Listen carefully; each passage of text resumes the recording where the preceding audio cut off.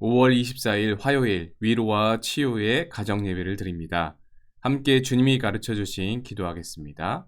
하늘에 계신 우리 아버지, 아버지의 이름을 거룩하게 하시며 아버지의 나라가 오게 하시며 아버지의 뜻이 하늘에서와 같이 땅에서도 이루어지게 하소서.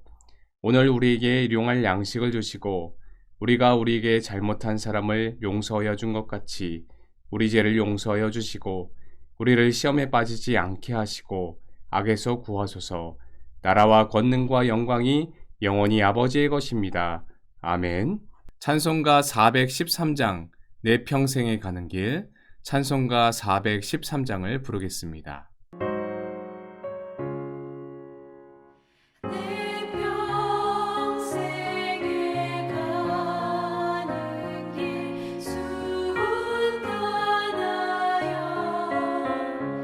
늘 잔잔한 강 같은지 큰 풍파로 무섭고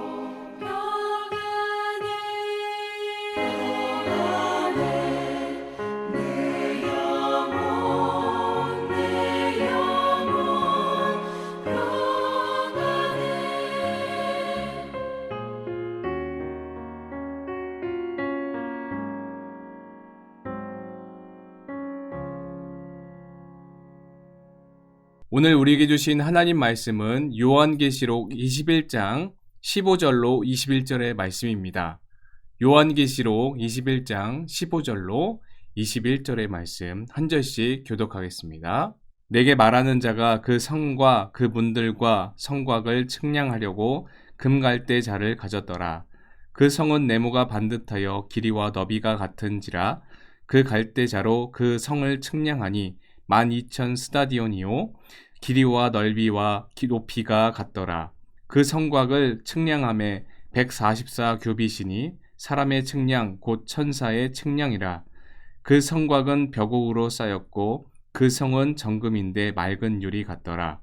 그 성의 성곽의 기초석은 각색 보석으로 꾸몄는데 첫째 기초석은 벽옥이요 둘째는 남보석이요 셋째는 옥수요 넷째는 녹보석이요 다섯째는 홍마노요 여섯째는 홍보석이요 일곱째는 황옥이요 여덟째는 노곡이요 아홉째는 담황옥이요 열째는 비취옥이요 열한째는 청옥이요 열두째는 자수정이라. 그 두 문은 12진주니 각 문마다 한 개의 진주로 되어 있고 성의 길은 맑은 유리 같은 정금이더라. 아멘.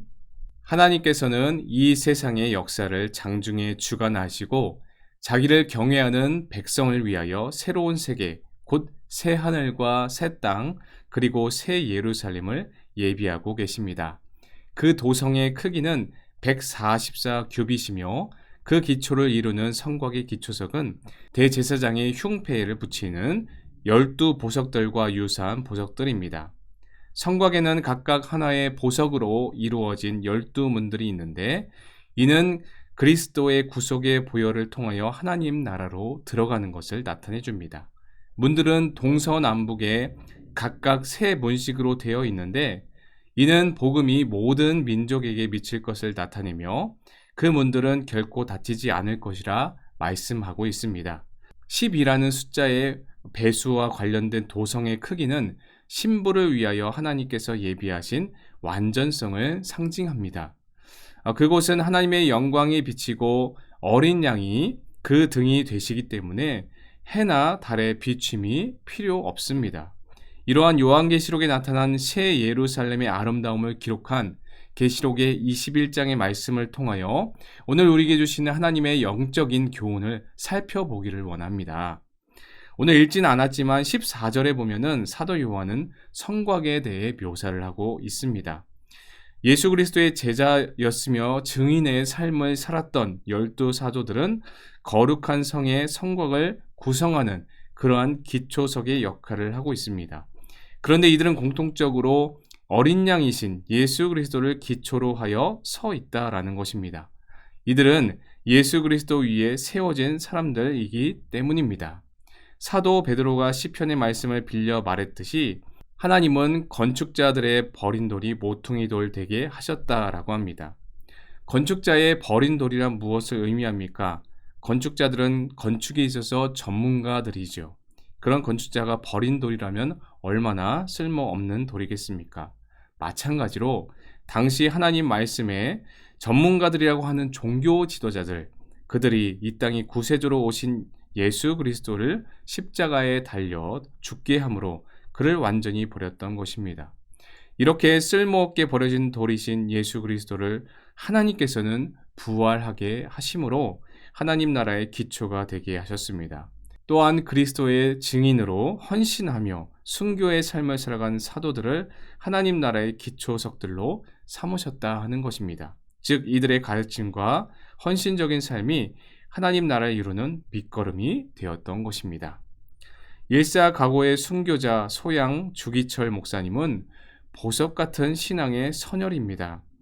그는 일제 탄압 속에서도 불의와 타협을 하지 않고 끝까지 신앙의 절개를 지키다가 순교하셨던 분이십니다. 일제 말기에 부산 초량교회 위임 목사로 심우하면서 신사참배와 같은 것들을 정면으로 규탄하고 반대하다가 여러 차례 투옥되셨습니다. 마지막 양심의 보루 남았던 장로교마저 신사참배를 국민의례라고 가결하자 목사직 파면의 위협 속에서도 굴하지 않고 5가지 나의 기도라는 제목하에 그의 유언적 일사각오의 설교를 하면서 마지막까지 강단을 지키다가 잡히시게 되었습니다. 주기철 목사님의 그 간증을 들으며 어떤 분들은 그분이 초인적인 사람이었다, 그랬기 때문에 고난을 이기었다고 여길지 모르지만 주기철 목사님의 아들은 이렇게 고백합니다. 아들의 입장에서 볼 때 우리 아버지는 그렇게 초인적인 분이 아니셨습니다. 그렇게 강한 분이 아니었습니다. 그분은 마음이 약하였고 두려워하였고 그리고 정이 많으셨던 분이십니다. 그런데 그 길을 갈 수 있었던 이유는 그 아내의 기도, 그리고 또 하나는 교우들의 기도, 무엇보다 하나님이 도와주신 것입니다. 성령님의 도우심이 아니었다면 아버지는 그 길을 갈 수 없었을 것입니다. 이렇게 고백을 하였다라는 것입니다. 그렇습니다. 사도들 이후에 그들을 대신해서 예수 그리스도를 체험하고 그분의 증인으로 살아가는 성도들은 어떠한 삶을 살아야 합니까? 우리 성도들은 그 기초석 위에 세워진 하나님 나라의 성곽입니다. 하나님 나라를 지키는 담과 같은 역할을 한다라는 의미이죠. 예수 그리스도와 사도들과 더불어 하나님 나라를 위해 함께 지어져 가는 역할을 감당하는 사람들이 바로 우리 성도들인 것입니다. 그러므로 우리 신앙인들은 예수 그리스도의 기초 위에 그리고 사도들의 기초석 위에 세워지게 될 때에 그러한 주어진 사명을 충실히 감당할 수 있게 되는 것입니다. 그런가 하면 18절에서 21절을 보면은 새 예루살렘 성을 건축한 재료들에 대해 열거하고 있는 모습이 보입니다. 물론 이것들은 실제가 아니라 상징입니다. 그런데 가만히 보면 이 재료들은 이 세상에서 가장 고귀하고 찬란한 보석들입니다. 분명 하나님의 도성인 새 예루살렘에 백성된 우리 성도들이 빛나는 보석과 같이 고귀하고 찬란하게 될 것을 상징하고 있다는 것이죠. 사실 이 세상의 어떤 것으로도 새 예루살렘의 고귀함과 영화로움을 표현할 수 없을 것입니다. 다만 이 세상에서 가장 고귀하고 찬란한 보석들을 언급해서 새 예루살렘에서의 성도들의 삶이 얼마나 존귀하고 영화로운지를 상징적으로 보여주었다라는 것입니다. 그런데 우리가 여기서 한 가지 명심해야 될 것은 장차 있을 새 예루살렘에서의 우리의 삶이 영화롭고 존귀하다고 해서 그것만 바라보고 그것만 국한되었다 이렇게 생각해서는 안 될 것입니다. 무슨 말입니까? 분명 새 예루살렘에서의 우리의 삶은 영화롭고 존귀한 것이지만 지금 이 땅에서도 그러한 영화롭고 존귀한 삶을 살도록 힘써야 한다라는 것입니다. 그 이유는 이 땅에서 거룩하고 존귀한 우리의 삶이 하나님께 영광이 되고 또 하나님 나라를 증거하는 참된 길이기 때문입니다. 그리하여 예수님께서 우리에게 이같이 너희 빛을 사람 앞에 비추게 하여 저희로 너희 착한 행실을 보고 하늘에 계신 너희 아버지께 영광을 돌리게 하라, 이렇게 명하셨던 것입니다. 이러한 사실을 설명하는 데 있어서 한 가지 용어를 말씀드리면은 한 번쯤 들어보셨거나 처음 들으신 분도 계실지 모르겠지만 우리는 이미 그러나 아직이라는 용어입니다. Already not yet. 성도는 아직 하나님의 도성인 새 예루살렘의 온전한 백성이 되진 않았지만 영적으로는 이미 그리스도 안에서 새 예루살렘에서의 삶을 영위하고 있다라는 의미입니다. 따라서 성도는 이 세상이 줄 수 없는 그런 영화롭고도 존귀한 삶을 장차 새 예루살렘에서 영위하게 될 것이지만 동시에 지금 이 땅에서 영적으로 그와 같은 존귀한 삶을 영위할 수 있어야 한다라는 말입니다. 그렇습니다. 우리는 이미 천국의 시민권을 획득한 사람들입니다. 그러므로 이 땅에서 천국의 시민으로서 살아갈 수 있어야 한다는 말이죠. 비록 지금 우리가 처해 있는 환경과 상황이 우리로 하여금 힘들고 괴롭게 하는 그러한 삶으로 내몰지라도 우리는 그러한 환경과 상황을 이겨낼 수 있습니다. 그리하여 육체는 고통스러울지라도 우리의 영은 항상 기쁨과 즐거움으로 충만하여야 하는 것입니다. 이것이 바로 우리를 향하신 하나님의 기뻐하신 뜻임을 명심하시고 존귀한 자로 살아가는 저와 여러분이 되기를 주님의 이름으로 축원합니다. 함께 이 시간 기도하겠습니다. 우리의 기초가 되신 예수 그리스도를 본받아 세상의 기초석이 되고 우리의 삶이 고통스러울지라도 우리의 영은 기쁨으로 충만하게 하소서. 기도하겠습니다.